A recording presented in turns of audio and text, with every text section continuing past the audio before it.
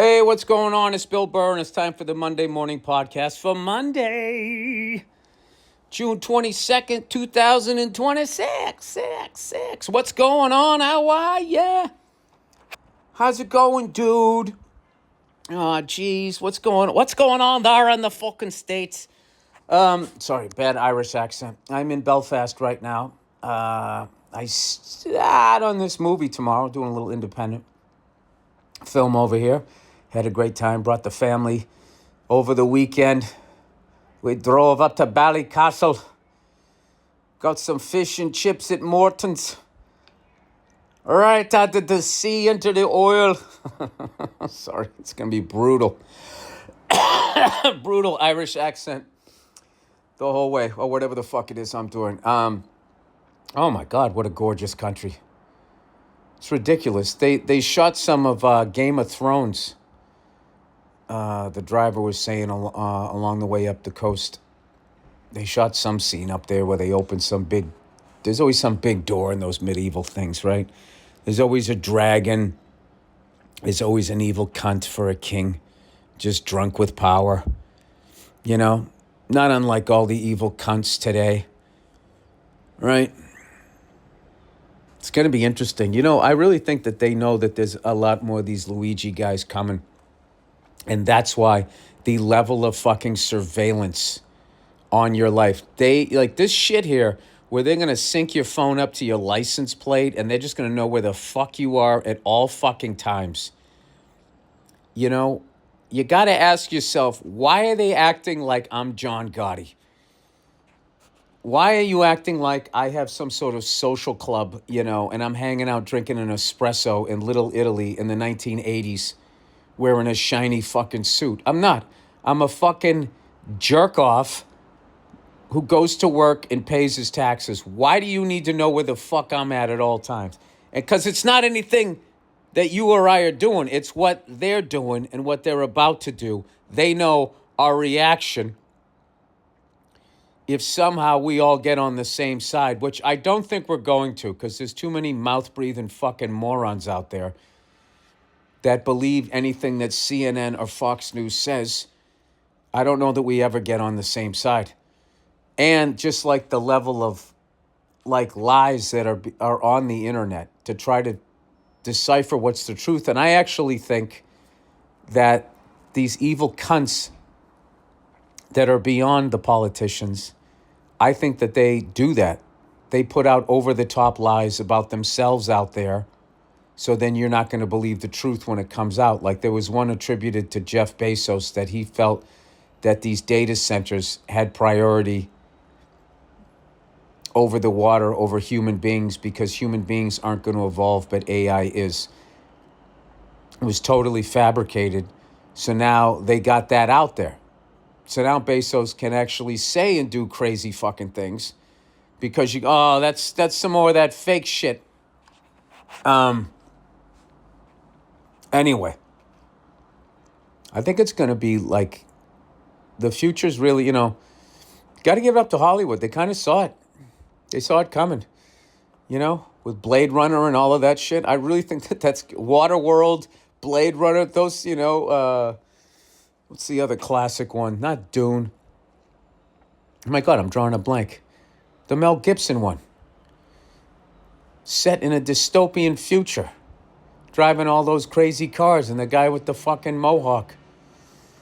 I'll remember it at the end of the podcast. That feels like whoever survives on the wrong side of the data center, that's what your life's going to be.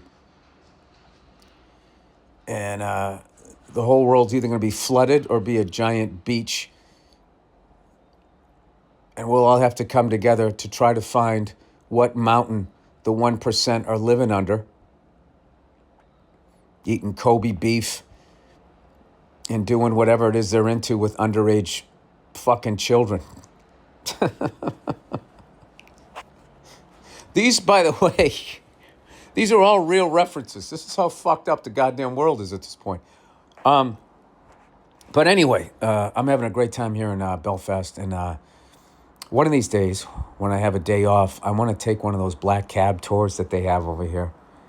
that goes through the history of all that stuff I saw when I was growing up with the troubles over here. And it's obviously a really dark tour, but I don't know. I like to know where I'm at, what happened before I got here, instead of just being some fucking idiot walking around getting fish and chips over here. I mean, I don't just want to steer into the negative. I will say this, what's amazing about Belfast, if you go into a pub, very few people are on their phone. Everybody's drinking and talking. It's very social, very, telling stories the way it was when I was growing up.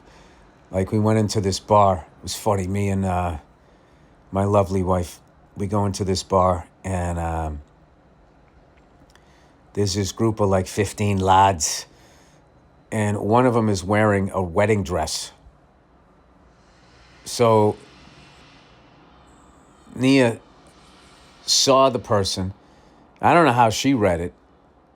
I was sitting there going like, oh, is that some guy that transitioned and he's getting married now? I didn't know what the fuck was going on. And then we got over there and he was just acting normal. Normal for me is straight, right? Why would you use the word normal? Because that's my fucking normal, you cunt. So he's just acting regular. That's even more insulting. So I'm like, wait a minute, this doesn't seem like some transitional thing here. So me and Nia trying to guess. So Nia goes, he lost a bet. That's why he's got to work. Because no one was really like reacting that he was dressed that way. They all just came in like it was fucking normal. And I go, I bet he's getting married, and this is like what they do, like some bachelor party sort of hazing thing. And she goes, no, he lost a bet. And she goes, he has to wear it for a week. So I started cracking up going, I love how you just built in that time frame so your theory works. So I forget what we bet. We bet something stupid. And it turned out he was getting married or whatever. But what I did notice is that they were all just drinking and talking. And only one guy was on his phone for like half a second. So I don't know. That made me feel good. And then, what was it? Saturday night, I went up and did a spot in front of these huge podcasters over here. I never even get the name of the podcast, but they were playing this arena. So this comedian I've gotten to know over here is working on the movie. Said, hey, come down and do some time. And there's this weird thing out here where they don't do stand-up. Really, they don't have stand-up on like Friday and Saturday nights because everybody's out drinking, talking, shooting the shit or whatever. So they have comedy like, I think Sunday through Thursday is more like palatable for them out here. So anyway, the only game in town was this big show at like this hockey arena. It was like, I don't know, 4,000 or 5,000 people, and I went out and I did all right. I was a little rusty. But I'm going to try to do a couple more spots when I'm out here. Because I think I might do a show, to kind of pad independent film, It's not a lot of dough in these things, but it's a great script, so I had to do it. So anyway, that's what I'm up to. So anyways, we went up to Ballycastle, and when we got up there, we were sitting there eating the fish and chips, my wife and 2 kids and everything. It was just incredible, And all of these guys on motorcycles, because, like, it's sort of like, it was like the PCH in California with, like, New England sort of, like, trees and stuff and greenery, but, like, with the farmland of maybe, like, an upstate New York or something, with the ocean. It was fucking gorgeous. So it's a great place to ride a motorcycle, all these twists and turns and stuff. And I saw, like, there was a bunch of old guys still riding motorcycles out here. It made me feel good. This one guy had, like, the full-on fucking MotoGP leathers, with the airbag in the back. And I was thinking to myself, like, yeah, why wouldn't you? Why wouldn't you wear all that stuff? I always see, like, when people just wear regular clothes on a motorcycle. I mean, you look like a badass or whatever, but you just think, like, dude, if somebody fucking hits you and you go down, it's just going to take it right down to the bone. Crazy. Fucking crazy. I saw this Instagram video. This lady, she's on a chopper. She's just tattooed all over. She's wearing like a bikini and no helmet. Like flip-flops. And she's just sitting there looking at traffic, waiting to go in. And then she, and she goes down the fucking street. Brown as a fucking belt from decades of just being out in the sun. Just like this fucking emaciated like lizard. I don't know. She'd been out in the sun so long, I think like her skin was like riding leathers at that point. Anyway, I don't know. I don't know how the fuck people do shit like that. Like, I'm always thinking about stuff like that. What if this happens? What if that happens? Yeah, I don't get that. Like, if you ride a Harley, you have to dress like somebody's 8th grade bully. If you fucking wallet chain and shit. Fuck that. I want to normalize wearing one of those MotoGP fucking suits, riding a fucking road glide. Yeah, laugh all you want. I'm just going to fucking, slide and get right up and be like, all right, well, all it's going to cost me is the price of the bike. I don't have to take skin off my ass and put it on my fucking leg, whatever the hell it is they're doing. Jesus, this is a dark goddamn conversation. So, anyway, I'm acclimated to the time over here. And I'm going to... I got to hit the gym today. I got my coffee place. I've been taking the kids all around. They got some miniature golf and shit like that to do around here, but I start working tomorrow, so I just wish I started today. Like, I love doing this shit, but like the fucking anxiety I get just waiting for that first take. That's what it's the fucking, it's never the gig. It's the waiting to do the gig, In my brain, it still goes to the exact same place it went to the first time I ever had an acting gig. What if I stink? What if I get fired? What if I fuck this up? Still think that. I was thinking that before I did that show, stand-up. What if they don't find me funny? What if I bomb? What if this is it? What if I'm washed up? Please welcome Bill Burr. And then I just walk out there, and then it always goes fine. But I don't know. I wish I didn't do that. I don't know. I don't do it necessarily in the States if I'm doing stand-up, but I do it when I go overseas. I do it with stand-up, but I always do it with acting. And it was really difficult when I first started acting because basically after you do a take, if nobody says anything to you, that means you did a good job.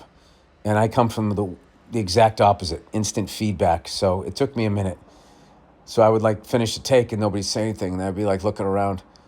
Literally would ask the nearest person holding like a microphone, like, was that good? And they're just looking at like, I'm not listening. I'm just making sure there's no fucking airplane flying over us right now. I'm not actually listening to what you're doing. So it took a second to, to get into that. Anyway, you guys watching the World Cup? I just keep seeing scores. I saw Spain kick the shit out of somebody 4-0. 4-0, as they say over here. And I don't know. I want to get into it. What was cool is my some friends of mine got these books for my kids that have all the World Cup teams, and you collect like the stickers and you put them in the book. And they got a whole bunch of stickers, and Nia and one of her friends was making fun of me, going like, geez, Bill, you're really into that book. Like, you're really, and it's like, well, he told me to put them all in there. And then also, yeah, if when I was a kid, this is the kind of thing that if Topps came out with one of these, I'd have to get all the stickers, memorize all the players and all of that. So what I like about this thing is it takes me back to those days. And then also, I like all the different flags. You're learning that stuff. And also, like, where countries are. It makes you look up countries. You know, there's some I've never even heard of. You know, there's a lot of there's a lot of countries out there. And I went to public schools in the United States, and we act like we're the only fucking country. You know? We talk about a few European countries on the West Coast, and then it just becomes continents. You know, like Asia, it's like Japan, China, Asia. And the Middle East is the Middle East. They never told us it was in Asia. They just said it was the Middle East. And you had Australia, never brought up New Zealand. You had the United States, Canada, and Mexico, South America. Then you just had Africa. And then in Europe, there was England, France, and Spain. Because they would talk about all of these conquistadors or the Magellan or something. So you get a little bit of Italy. And that was kind of it. Never talked about Germany because we would never even work our way up to the 20th century. And then all Germany is just fucking World War I and World War II. You know, they ignore everything before it and all the Porsches they made after it. So I have a very limited... Thank God I became a comedian because I am able to now, like, certain things. Becoming a comedian, drumming, you know. If you get into drumming, eventually you're going to end up in India and Africa. You know, Africa via like Cuba, Dominican Republic, and Puerto Rico and all of that. You just end up leading yourself back there. And then what happens when you get back there? There's Ginger Baker interrupting a drum circle in Africa.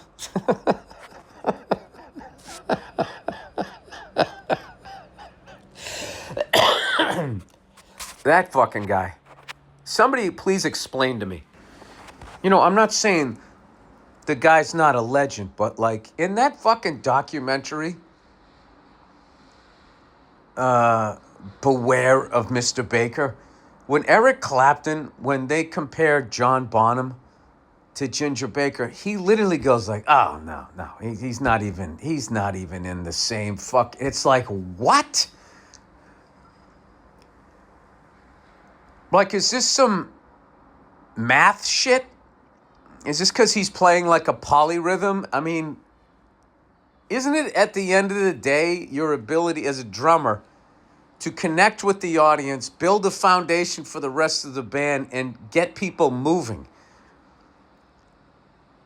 I just tell you this. All I know is if I show that Royal Albert Hall, John Bonham drumming in that, if I show that to anybody, drummer or not, their jaw is on the fucking ground. And I gotta listen to more. I gotta listen to more Ginger Baker. I want to figure it out. I did when they did the reunion tour. And he took a solo. I heard that, and I was like, "Oh, all right, yeah." That was the first time I like listened to him, and he did something that made me pay attention. This is probably me. I don't know, but like I just don't, you know. In the white room with black curtains at the station. Do do do do do do do do do do. Do do do do do do do do do do. That this is what the fuck you're flipping out about? Do do do do do. Right, the beat's backwards. Yeah. Okay. Great. Dun dun dun dun dun. He's clapping like white people. Fantastic. I don't know.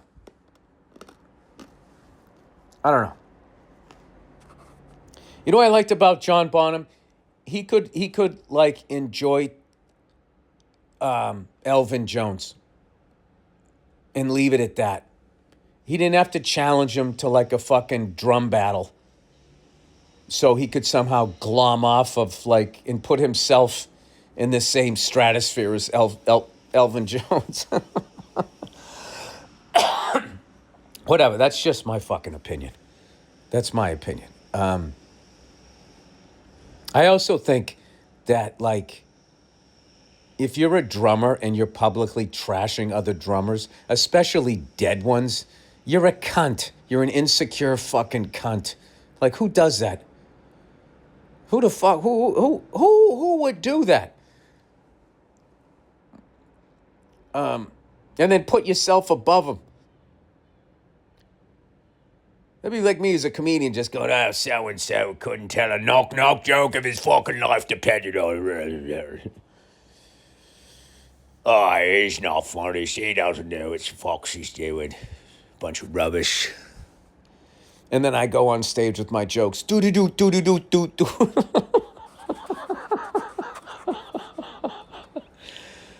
I don't know. For me, that band Cream, the Cream was fucking Jack Bruce. That was the fucking guy. His playing and his singing, that fucking guy was on a whole other level than the other two guys in the band. I thought he was the guy.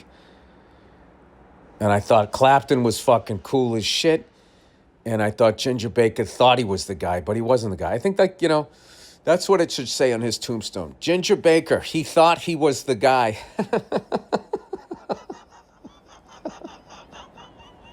Oh, I am going in. I've sat on this for a long fucking time because I question my opinion. I'm probably still wrong, but like, I don't know. Maybe this will start. Somebody could explain to me his high opinion of himself and his low opinion of all these guys trashing John Bonham and Keith Moon, and they're dead. Who does that? I mean, don't us ginger cunts already have a bad enough reputation? Did we really need him out there being the fucking stereotype? I don't know. I get Wilt Chamberlain vibes from that guy. The big knock on Wilt Chamberlain is like during his prime, he got traded like 3 times, which is usually the red flag that you're a cunt. The fact that he was in his prime, he was in like, what was it, Cream, Traffic, and Blind Faith. It's like, all right, Ginger, okay, you and your drums, okay, bye-bye. All right, Ginger, I don't think I want to do this anymore. Okay, buddy. All right, then. Yeah, you go buy some polo horses. I'm going to go over here and just fucking have a cup of tea and, decompress from whatever the fuck that was. I thought music was supposed to be fun. I mean, that's what I heard. Are you ever going to grow out that ponytail? We're just going to keep it at that length? Is that what we're doing?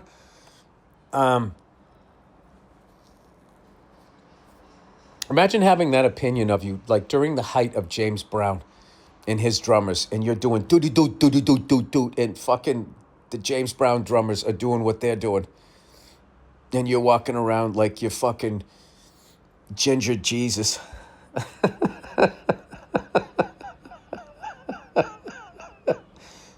Here's another thing, too. I love all these people that claim they played on a Beatles album.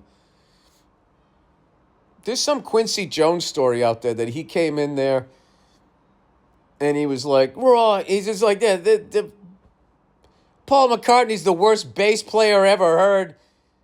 And Ringo couldn't get this drum part right, so he fucking left. And then I brought this other guy in while Ringo was out getting a sandwich. And Ringo comes back and listens back to his track and goes, hey, this sounds pretty good. And Quincy Jones is like, yeah, that's because it's not you, motherfucker. And it's just like, let me get this straight. Quincy Jones in the 1960s Quincy Jones, when he's just building his legend, right? He walked into Apple recording studios in the middle of a recording, told Paul he was the worst bass player he'd ever heard, Ringo left and he called up a drummer, from around the corner? And while Ringo was out getting a cup of tea, they fucking laid down the track, and that's what the fuck it was? I'm supposed to believe that's true? Okay. Oh, and then my favorite part. He sounds exactly like Ringo. All right. Okay, maybe that happened. Maybe that happened. I think my point is when you sell a lot of albums, specifically if you sell more albums than another person, it breeds resentment, and then they talk a bunch of shit. My business, stand-up comedy, somebody starts selling a bunch of fucking tickets, right? Especially if it's a young kid, right? Look at all that shit that Matt Rife got. Great guy. Met him a couple of times. What is the problem? There's all these old comics. This fucking young guy went out, started doing stand-up, and everybody liked him, and he sold a bunch of tickets and made his dream come true. It's like, yeah, that sounds pretty awesome. I think the lesson in life is not to become Ginger Baker. Whatever it is that you do, that you can be excited and happy when somebody new comes along, because you understand that whatever it is that you're doing for a job does not belong to you, and you're not the last one. Oh my God, you know who could fucking learn from that is all of these fucking nerds in Silicon Valley, not Silicon Valley. Yeah, all of them. Like the way that they build these apps is so they can come in and take over an entire business and close the door behind them and then be the only store. Put everybody else out of business and then dictate the market price. And then when they do that, they start eating themselves from the inside out. We have 200 employees. Now we have 100, and 100 have to do the job of 200 people. And I take those 100 fired people's yearly salaries as my bonus. And then you just do that. I don't know. My prediction is there are going to be a lot more Luigis in the future. And that CNN and Fox are going to continue to act confused. Or what they really start doing is they start spinning it in a different way. Oh, he was an ex-football player and he had CTE and he went into the wrong office.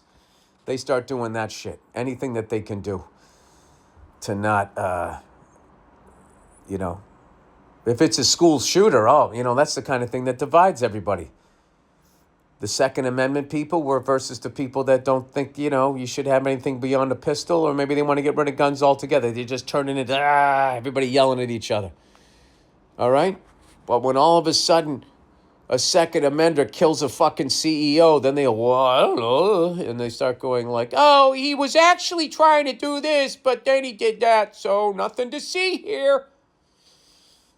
And then you ask them, hey, can you stop glorifying these people and putting their faces and names out there that shoot up these fucking schools so you'll stop encouraging psychos to do this? They're like, what? Sorry, you're breaking up. I can't hear you. I can't hear you. All right, let's do the reads for the week here. Oh, look who it is, everybody. It's Simply Safe. In the U.S., there's a break-in every 26 seconds. That means somewhere right now an intruder is getting closer. Jesus Christ. The problem is most security systems only alert you after a break-in has already started, and that's too late. That's why I chose Simply Safe to secure my home using the Outdoor Camera Series 2 and the advanced AI alerts. Simply Safe's U.S.-based live agents identify threats on your property and help deter them, stopping crime before it starts. That's real peace of mind. When I was a kid, what you had to do is leave your front door unlocked and dress like a woman and act like you were washing the dishes. And as the intruder snuck up behind you, you turned around with your wig on and your jet black beard. And then you shot him. Bonus points if you know what movie I'm quoting. Hint, it starred Sylvester Stallone. Simply Safe is available with no long-term contracts and deterrence plans, and Lando Calrissian was also in it. Billy D. Williams, deterrent plans start at around $1 a day. I want you to experience the same peace of mind I do, which is why I've partnered with Simply Safe to offer an exclusive discount to my listeners. Right now, you can get 50% off your new system by visiting simplysafe.com/Burr. That's half off at simplysafe.com/Burr. There's no safe like Simply Safe. All right. Oh, look who it is, everybody. It's Hims. You know, erectile dysfunction is more common than you think and simpler to treat than ever. Through Hims, you can connect online with the licensed provider to access personalized treatment options discreetly and on your terms. Through Hims, you can access personalized prescription treatment options for erectile dysfunction if prescribed. Hims offers access to erectile dysfunction treatment options ranging from personalized product to trusted generics that cost 95% less than brand names if prescribed. You shouldn't have to go out of your way to feel like yourself. Hims brings expert care straight to you with 100% online access to personalized treatments that put your goals first. This isn't a one-size-fits-all care that forgets you in the waiting room.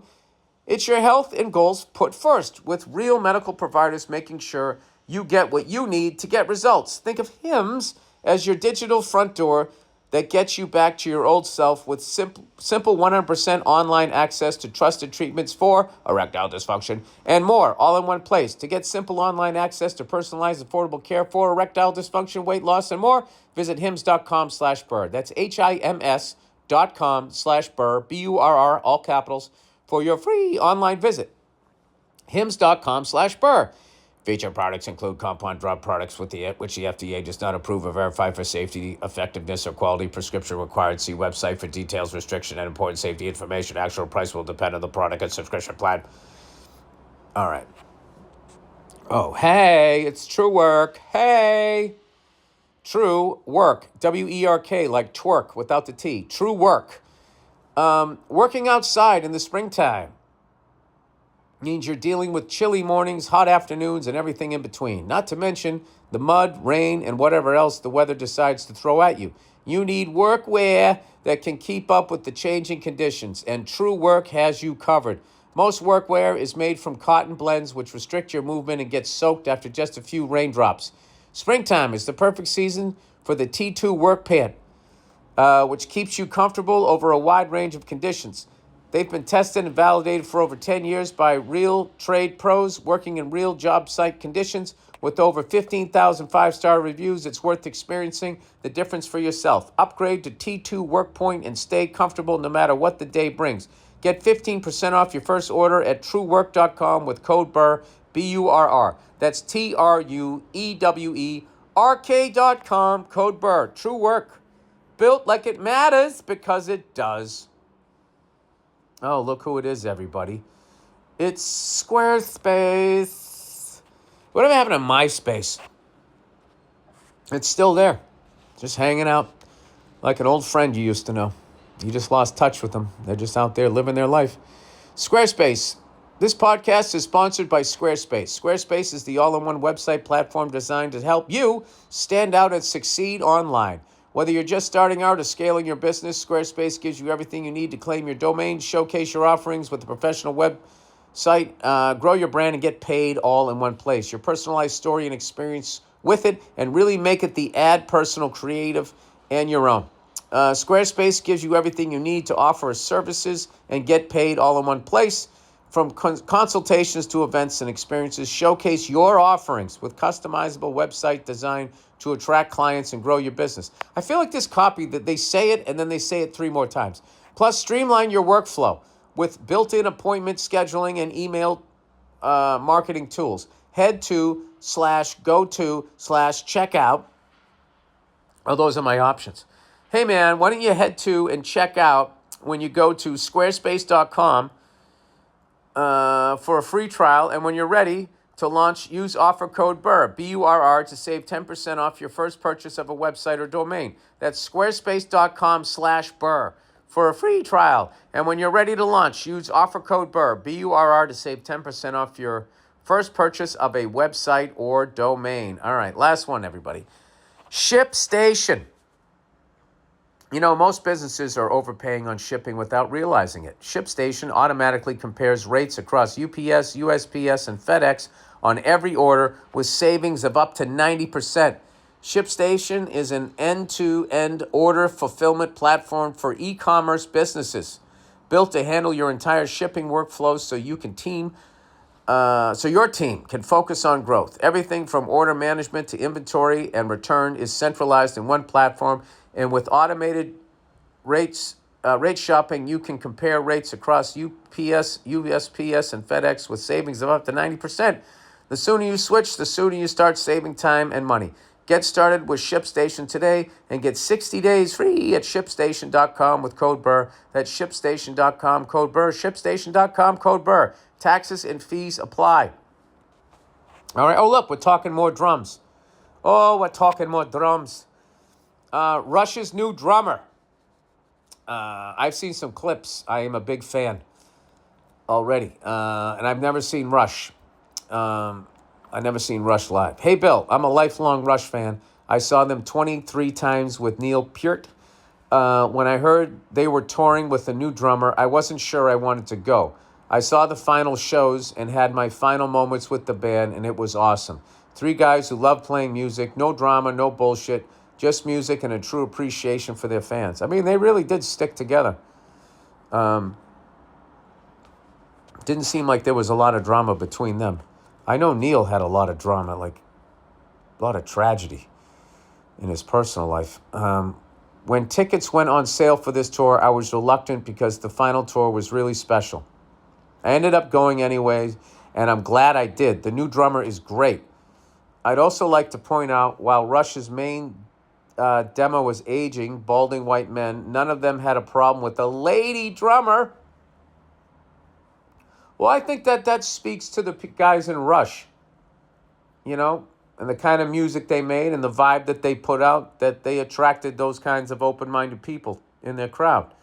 Plus, I also think at this point, I don't think a woman drumming... I mean, personally, for me, thinking that women couldn't drum... I mean, I saw Karen Carpenter when I was a kid, and then I saw Sheila E. So I was like... You know, I was like, I think they can, because I can't fucking do that. Tens of thousands of men who look just like you, all embracing her talents. These are the balding white men. Something to remember for everyone living and dying by stereotypes. The show was amazing. They honored Neil, and Getty and Alex sounded as good as ever. Check it out if you can. Thanks for the podcast. I would go, you know what? I would go to that. I would bring my daughter to that for her to see... their new drummer up there. I wish you said her name. But I like her feel. You know? Neil was sort of, I felt like, right on the beat, which really made... it really worked with the band. Like, I feel like that kind of drumming works with everything from, like, Rush to, like, The Cult or something like that. You know, that really on the beat thing. And then other shit... if you're pushing it or if you're a little laid back. And I don't know, I haven't watched a bunch of stuff, but whatever this woman is doing, I feel like she's breathing new life into those parts. And I know it reminds me of when last time I saw Primus, and they had a new drummer. There's like, you know, it's just breathes new life, a new feel into it. You know, like in both instances, you're seeing 2 people get like their dream gig. So just their excitement just brings something new. I mean, you know, they both have to be thinking, I can't believe I'm playing Neil Peart's part or Tim Alexander's stuff.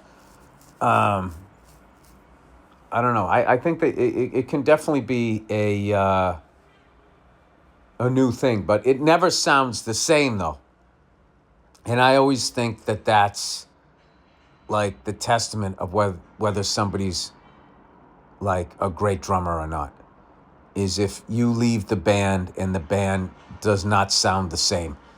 I've said this before. I always felt that, like, you know, I always loved Tom Petty throughout the whole, and the Heartbreakers throughout the whole thing. But once Stan Lynch left, they never sounded the same. I'm not saying they sounded worse. They just Didn't sound like the same band. Steven Adler not being in Guns N' Roses, the same thing. I don't know. For me, that's like the coolest thing, the highest like level of a compliment for a drummer. That even like non-drummers notice that it doesn't sound the same. I don't know. It's just a testament to how unique your feel was or how much it worked in the band. All right. I'm done talking all this nerd drum shit. But if I have a chance to see Rush with their new drummer, I will definitely do it. All right. Where are we here? Let's go. Brutal bungee in Brazil. Bill, I'm of the belief there's no reason to jump off a building or out of a plane. If you're in love with the activity, that's one thing. Maybe you become a professional and you care about all the details, want to dive headfirst into it. No pun intended. But people will just do shit like that on vacation. But people who will do that shit like that on vacations are morons. In this case, I feel bad. A 21-year-old girl, you're going to call her a moron? How about the people that were running that bungee cord experience, not having like some fail-safe checks and balance pre-flight something or other? A 21-year-old girl was lifted by two guys working the bungee jump into the airplane position and thrown off a bridge. The problem is they forgot to tie her in.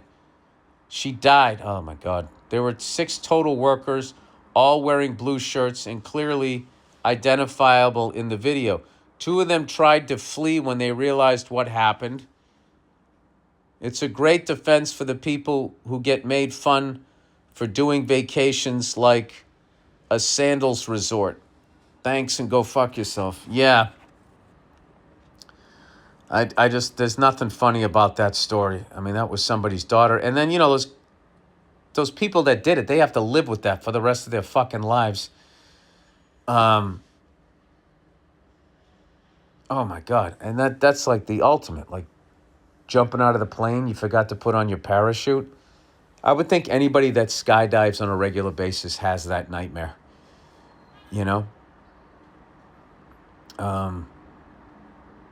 Yeah, I will tell you, that's like dying on vacation is a very easy thing to do. When you do these fucking things like those, do you ever see those things like they drag you behind a boat and you have like a parachute on and then you're way up in the fucking air? They make sure you're just high enough to die. That if you hit the water, it's now going to be like cement. I don't know, maybe because you're near the beach, it's sort of churning, so it's moving. There's something about these high dive people that they throw a rock in first that, gets the water churning so it's not just hitting like a flat piece of fucking concrete. I don't know. Like, I'll give you a quick list of shit that I would never do. Bungee jump, parasail, hang glide, African safari in a open fucking vehicle. If I can't put the window up, fuck that. I'm not going. And these fucking lions and cheetahs and leopards are starting to understand that the car is the car and the person is the person, where before they kind of looked at it all as like one big fucking thing. I don't know. I wouldn't do that. Whitewater rafting. Any of that shit where it's just like, hey, we're gonna do some shit that you usually see in the beginning of a James Bond movie. I'm not doing that. Because it's A, dangerous, and B, it's their moneymaker. So their job is to throw as many people off the fucking bridge, get as many people up in the air as humanly possible, and they are just, whatever gear they have is just being used over and over and over and over again. And I would love to know on those bungee things, if there's any from country to country, I would think that regulations are different. I would imagine in some countries there's a finite amount of times you can use it, and then in other countries it's at your discretion. You just sort of look to see if it's frayed or anything. But I can't. My condolence to that girl that died and her parents and all of her friends. That is just fucking horrific. When I go on vacation, I like to just find a cafe and I like to just sit and just watch people go by and get into the vibe, or like, do what I did yesterday, go on like a road trip. But, I would rent a motorcycle and ride through a countryside, or I've always wanted to ride one of those through Paris or something. But what I like about that is I'm depending on myself. It's not like just some fucking carnival ride that's going 24/7 and they're burning out the fucking engine or some shit. I don't know. Anyway, guy faces jail for cleaning river. What? Billy 34. Check out this article about a guy who is being threatened with jail time for cleaning up a river without permission. Paul Paulasland, a lawyer and environmental campaigner, organized a team of volunteers to tackle the removal of litter, weed, and silt from a section of the river rotting after repeatedly asking the agency to act. The team of volunteers from the River Rotting Trust removed 200 bags of rubbish, branches, and silt over 10 days from Alders Brook, a tributary of the river that runs through rural Essex and Barking, earlier this year. But the EA has sent Prowsland a letter saying he's being investigated for illegally intervening without a permit. We consider that unpermitted works have taken place. This is the quote from the cunts. In contravention of the environmental permitting, England and Wales. Regulations 2016, read the letter seen by The Guardian. It added, the site is currently under investigation for permitting and waste offenses. The EA alleges dredging has been carried out and waste has been on site within the floodplain, constituting a flood risk, activity under the regulations that would have required an environmental permit. Carrying out the work without one is an offense, it states. So they're saying that it would, when they put the trash bags on the side of the river, it could have caused the water to back up and flood. I don't understand how that's a flood. Dredging has been carried out and waste has been left on the site within the flood plain. Oh, if there's some sort of flood and it goes up the banks, they left the trash bags there? The agency said it would carry out additional investigation to see if further relevant information came to light, including whether Paulasland and volunteers had committed other offenses and the environmental impact of the offenses. Paulasland, who lives on a boat on Rotting, said he asked the EA to clean up the river several times over many years, but it had not acted. After decades of ignoring rampant environmental crime on the Rotting, the environmental agency has finally decided to act, he said. But it's not action against Thames Water for dumping billions of liters of sewage in the Rotting, or the waste criminals who have dumped thousands of tons of rubbish on its bank, but against the River Rotting Trust for restoring a river without a permit. This world is so fucked up. Yeah, because I can guarantee you that, Thames Water pays off all the politicians. That's why they never get in trouble. And then if you go in and you try to do something about it, that happens in like the States. These guys will fucking come over and they do a yard cleanup. And the cops come in and tell them to stop it. And they're going, we're doing it for free. And they say you can't do it. Because when a lawn gets overrun like that, what they want to do is just start giving the old person all of these fines, so then they have to leave the house, and then they kick the property back into play for the banks. So you know it's coming from the banks. That's their way of getting old people out of their houses, but not when they don't have to wait for them to die. Bankers. There's some other people. That probably had the nerve to act surprised about a Luigi guy. All right, microplastic thoughts. Aye, Bill. Want to get hella mad at something new? Also, this email is kind of long and has some science terms, and I know you're dyslexic as fuck, so this is going to be a rough ride for everyone, but might be worth it. All right. I mean, I'm not going to argue with that. Heard the pod where you mentioned microplastics and how they put them in everything now. There's a good new conspiracy I found going down some rabbit holes that's not too reported on. So microplastics have something called xenoestrogens, which are basically substances that mimic estrogen. So the microplastics have xenoestrogens, which are basically substances that mimic estrogens. And when microplastics reach the brain, it disrupts a protein called progranulin, which has estrogen receptors. The progranulin protein is directly responsible for brain inflammation.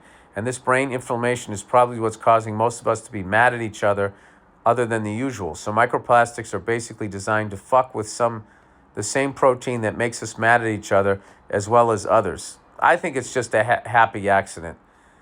It's just plastics were cheaper than natural raw materials, so they went with that. And when they found out the side effects of it, they just don't give a fuck. Parentheses. Yeah, I know. No one likes science stuff, but it gets more interesting is what they say. Okay. Deeper down the rabbit hole, the protein progranulin is the exact same protein literally all parasitic organisms target to take control of a host. All parasites have an altered version of that protein that they use against their other organisms. So microplastics, which are just put in everything now, seem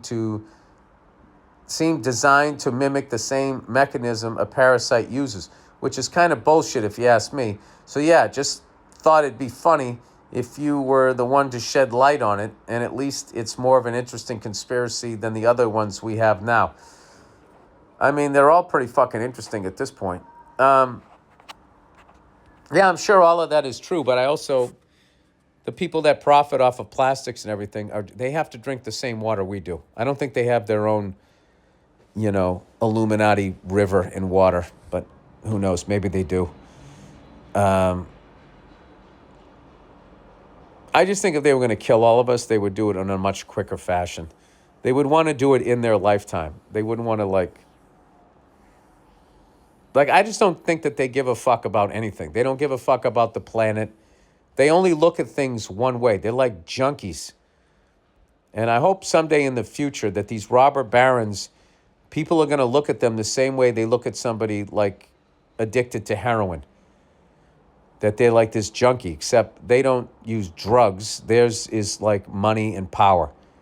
And they can't say no, and they'll do anything. The same way a junkie will go rob money from his mother, these fucking people will pollute rivers, they'll cause wars, they'll increase cancer in children. They don't give a fuck as long as the next quarter they're making more money. They're truly sick people. And they should be getting the death penalty for what they're doing to people, making them sick, giving them cancer. And it shouldn't be a quick death. It should be a long, agonizing death like cancer. It is what it is. All I know is if I put poison in the water or if I poison the food supply as an individual, that would be a wrap. I would be sitting on death row right now. These fucking guys instead are sitting in mansions on the way to their yachts. Oh, Jesus, Bill, the hypocrisy. Anyway, I'm going to go try to get some coffee in a real cup so I don't inflame my brain. Thank you guys for listening to the podcast. I hope you're going to enjoy your summer. Oh, by the way, I didn't even talk about that fire out there in L.A. My God. L.A., all of you fucking assholes who talk about how plastic LA is and all of that. You wouldn't fucking last out there. The level of tough you have to be and a little bit crazy to fucking live in LA. You know? This is another thing, too, that I loved about that New York Knicks championship when they were talking about when they had the parade and they were going like, everybody was nice to each other. They were saying hello. People were helping each other out.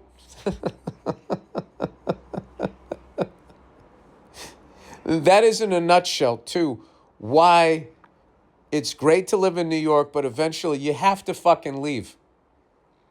Because you only get one life, and there's no reason to put yourself through that. You just sort of institutionalize, and you're believing this thing that this is the greatest place in the world, and there no other place exists. There's no place better, which is insane. And New Yorkers are so fucking brainwashed. If you bring that logic up to them, that, you know, you can live somewhere that has fresh air and people are nice to each other and is affordable to live. And you don't have to be like a zillion miles away and there's nothing to do. You can still be close by. They just go, yeah, see, you don't get it. You don't get it. Like, somehow you don't get it. It's like, dude, I've lived both places. I've not lived in New York and I've lived in New York. I get why it's awesome, but I also get why you should leave at some point. Don't want to lose your edge.